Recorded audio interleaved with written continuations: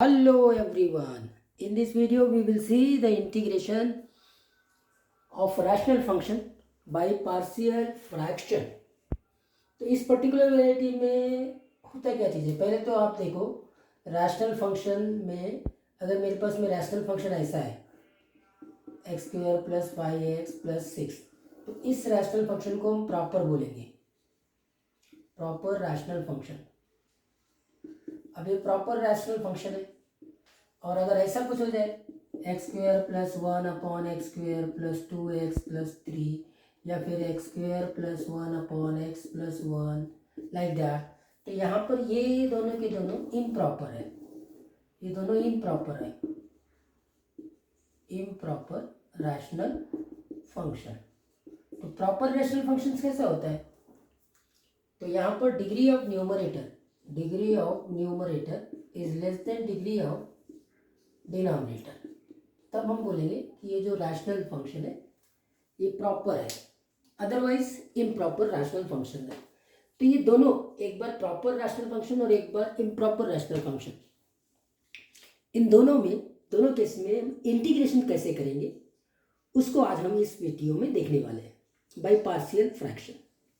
ठीक है, तो कैसा है, जैसे मैं स्टार्ट करता हूँ क्वेश्चन से ही, तो आपको ज़्यादातर जो वैरायटी पूछी जाती है ना वही वाली पर्टिकुलर वैरायटी के ऊपर मैं कंसंट्रेट करूँगा। तो पहला क्वेश्चन हम लेते हैं, मैंने क्वेश्चन ले लिया integration of x plus 1 upon x square minus का 5x प्लस का 6, और हम इसमें प्रोसेस भी सीखेंगे, समझेंगे कि क्या हो रहा है इसमें।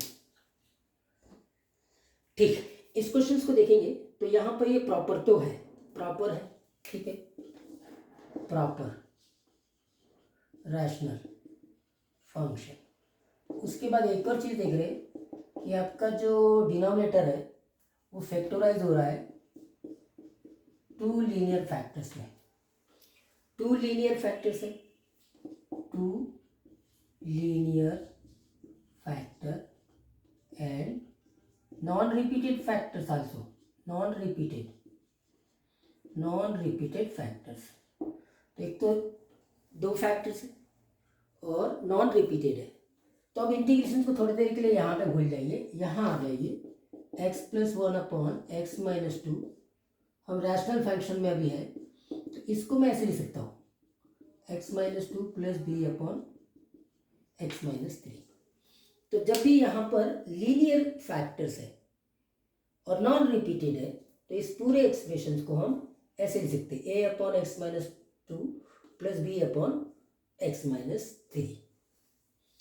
बट अगर बाय द वे यहाँ पे एक और फैक्टर हो जाता, तीन लीनियर फैक्टर होते, तो मेरे पास में ये तीसरा भी इस प्रकार से c अपॉन एक्स माइनस 1 आ जाता। ये बात क्लियर है, तो ये काम करना है इसमें। कितने लीनियर फैक्टर्स है, दो लीनियर फैक्टर्स, दोनों कैसे है, नॉन रिपीटेड है। अगर बाय द वे मेरे पास में ऐसा कुछ हो जाता कल चल के कि एक ही लीनियर फैक्टर रिपीट हो रहा है, तब इसको मैं कैसे लिखता था, a upon x minus 2 plus b upon x minus 2 का स्क्वायर, ऐसे मैं इसको लिखता था। तो यही है, ये सब जो टेक्निक मैं आपको बता रहा हूँ, किसी रैशनल फंक्शंस का इंटीग्रेट करने हैं by using the concept of partial fraction, तो इस प्रकार के कॉन्सेप्ट को आपको वहाँ पे यूटिलाइज करना पड़ेगा। और समटाइम्स क्या होगा ना, समटाइम्स आपके पास में ऐसा भी हो सकता है कि नहीं, आपके पास में एक लीनियर फैक्टर भी है और एक क्वाड्रेटिक फैक्टर भी है जो कि फैक्टराइज नहीं हो रहा है, ये क्वाड्रेटिक फैक्टर हो गया। अभी क्वाड्रेटिक फैक्टराइज नहीं हो रहा है, दो फैक्टर्स है, एक लीनियर के कारण से a upon x minus b, और क्वाड्रेटिक के कारण से यहाँ आ जाएगा b x plus c by x square plus का 1। इस प्रकार का हम इसको पार्शियल फ्रैक्शन में तोड़ पाएंगे। तो ये पार्शियल फ्रैक्शन में कैसे तोड़ा जाता है ये आप किसी भी बुक से देख सकते हैं। आप तो यहाँ पे पूरे कॉन्सेप्ट को समझने की कोशिश करिए। फिलहाल यहाँ पर क्या है, हमारे पास में ये एक्सप्रेशन है, इसको मैं इस प्रकार से पार्शियल फ्रैक्शन में तोड़ दिया। तो सिंप्लीफाई करेंगे, क्रॉस मल्टीप्लाई करेंगे इससे, ठीक है, तो ये हो जाएगा a into x minus 3 plus b into x minus 2। इसका a और b का वैल्यू निकालने के लिए पुट करेंगे। अगर मान लीजिए मैंने x को 3 पुटअप किया तो ये वैनिश हो जाएगा, 3 पुटअप किया तो यहाँ खाली b बचेगा, 3 पुटअप किया था तो ये बन जाएगा 4, b is equal to 4। Correct, सही है। अब मैं क्या करता हूँ, पुट x इक्वल टू, अब 2 पुटअप करता हूँ, 2 पुटअप करूँगा तो ये वैनिश हो जाएगा, 2 पुटअप किया तो -a, 2 पुटअप किया तो 3, a इज इक्वल टू -3। ए और बी को कैसे फाइंड आउट करना है ये बात भी हमको क्लियर हो गई। तो फाइनली अब इसको इंटीग्रेट कर दीजिए यहीं पे, ये इंटीग्रेशन हो गया with value of a and b. What is a is -3, ये लो। व्हाट इज बी इज 4, ये लो। करेक्ट, इसका इंटीग्रेशन भी बहुत इजी हो गया, -3 log of x - 2 plus 4 into log of x - 3 and of course का प्लस का सी। हो गया, काम खत्म हो गया। लॉगरिथमिक की प्रॉपर्टी से आप इसको सिंप्लीफाई भी कर सकते हैं। लॉगरिथमिक की प्रॉपर्टी से ये क्या हो जाएगा, लॉग ऑफ x - 3 की पावर 4 डिवाइडेड बाई x - 2 की पावर 3 एंड ऑफकोर्स का प्लस का सी। That's it, correct. अगर यही क्वेश्चन में हम अभी प्रॉपर की जगह इम्प्रॉपर रैशनल फंक्शन देखेंगे तो कैसे करेंगे। अगर मैंने यहाँ पे लिख दिया x² + 1, अब ये इम्प्रॉपर है, इम्प्रॉपर रैशनल फंक्शन। न्यूमरेटर की भी डिग्री 2 है और डिनोमिनेटर में भी जो पॉलिनोमियल है उसकी भी डिग्री 2 है। तो न्यूमरेटर में पॉलिनोमियल, डिनोमिनेटर में पॉलिनोमियल, दोनों की डिग्री सेम है। अब कैसे करें, इसके लिए पहले हमको इसको प्रॉपर में कन्वर्ट करना पड़ेगा। प्रॉपर में कन्वर्ट कैसे करेंगे उसको देखो।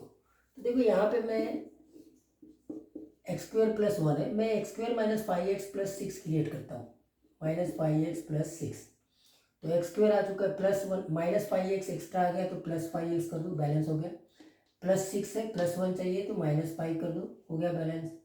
नीचे में पहले से ही क्या था, x² - 5x का प्लस का 6, ये हो गया। तो यहाँ से लेके यहाँ तक के आप एक फैक्टर बना लीजिए, ये 1dx हो जाएगा और ये दूसरा हो जाएगा, यहाँ से लेके यहाँ तक कि ये दूसरा हो जाएगा। तो यहाँ पे आप क्या करो, 5 कॉमन ले लो, इंटीग्रेशन ऑफ x - 1 और x² - 5x + 6। अब ये प्रॉपर बन गया, ये प्रॉपर बन गया, करेक्ट है। आप इसको सिंप्लीफाई करेंगे, ये तो x हो जाएगा +5, x - 1 अपॉन x - 2 और x - 3 का dx। आप इसको ऐसे लिख दो, x + 5 का I1 निकालेंगे। अभी इक्वेशन नंबर 1 कर दो। अब I1 निकालेंगे, अभी इसके पहले वाले क्वेश्चन में जैसे किया था वैसे हम I1 निकाल लेंगे। I1 या तो I1 में इंटीग्रेशन, तो पहले अपन I1 की जगह रैशनल फंक्शन में आते हैं, x - 1 x - 2 x - 3 can be written as x - 2 + b upon x - 3, ऐसे, करेक्ट। तो यहाँ से सिंप्लीफिकेशन करते चलेंगे, x - 1 equal to a into x - 3 + b into x - 2।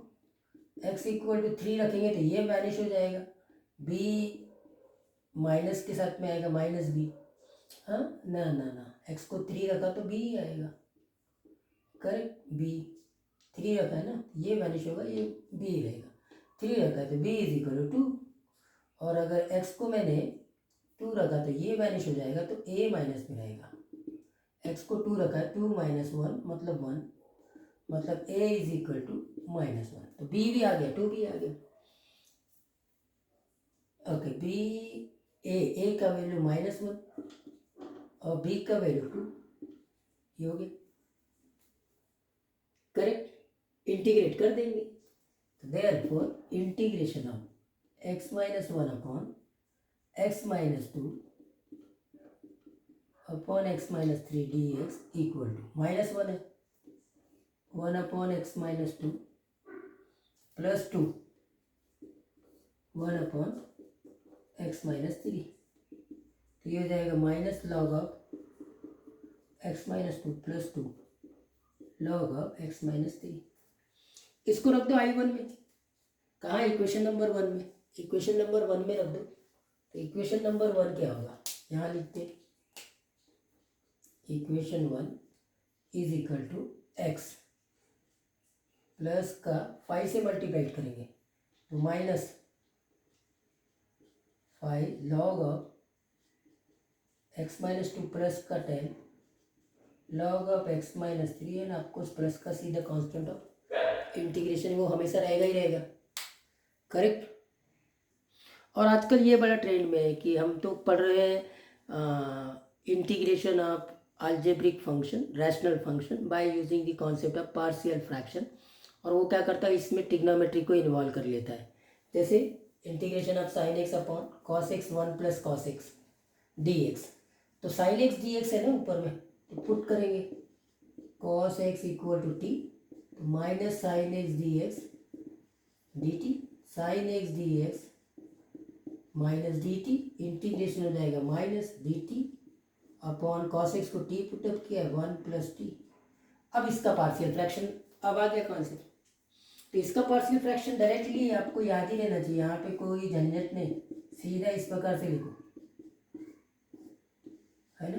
ये टी प्लस 1 माइनस टी हो जाएगा बराबर balance.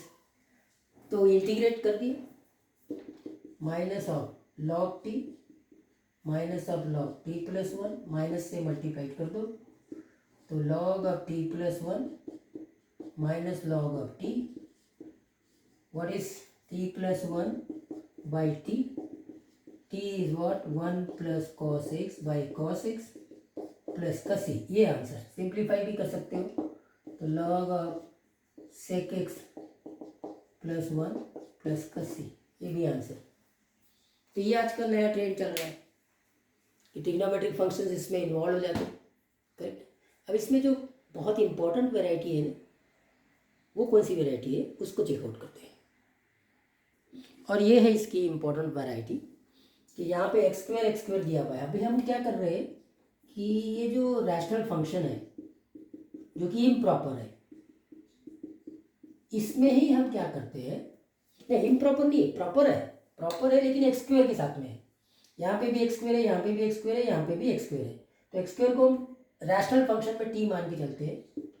Rational function I am not at all substituting in the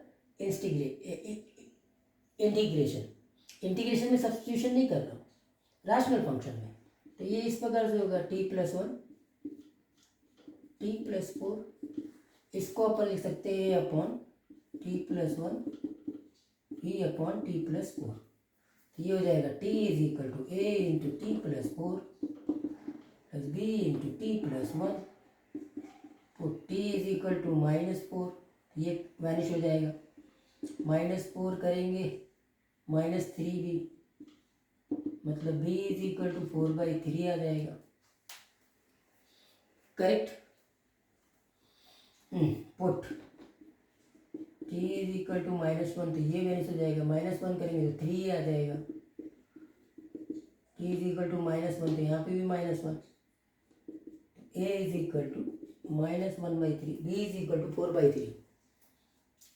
तो ओवरऑल ये जो बन रहा है ए टी प्लस 1, ए का वैल्यू आ गया -1/3 1/t प्लस 1 4/3 1/t प्लस 4।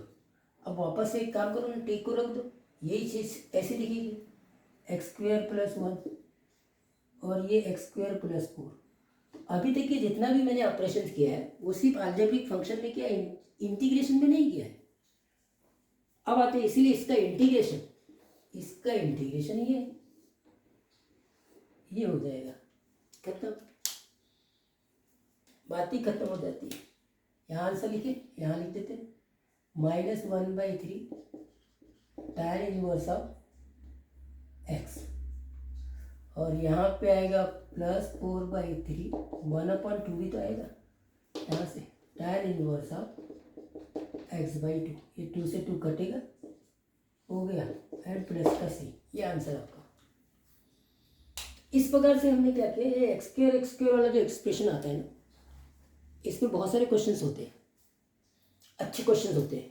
आपको कुछ नहीं करना है, आप इंटीग्रेशन को छोड़ दीजिए, रैशनल फंक्शन में आइए और जहाँ एक्स स्क्वायर है उसको टी मान लीजिए और फिर वैसे ही करिए पार्शियल फ्रैक्शंस के हिसाब से। फाइनली बाद में फिर से वापस टी को एक्स स्क्वायर रिप्लेस कर दीजिए, फाइनली फिर इंटीग्रेट करिए। ठीक है।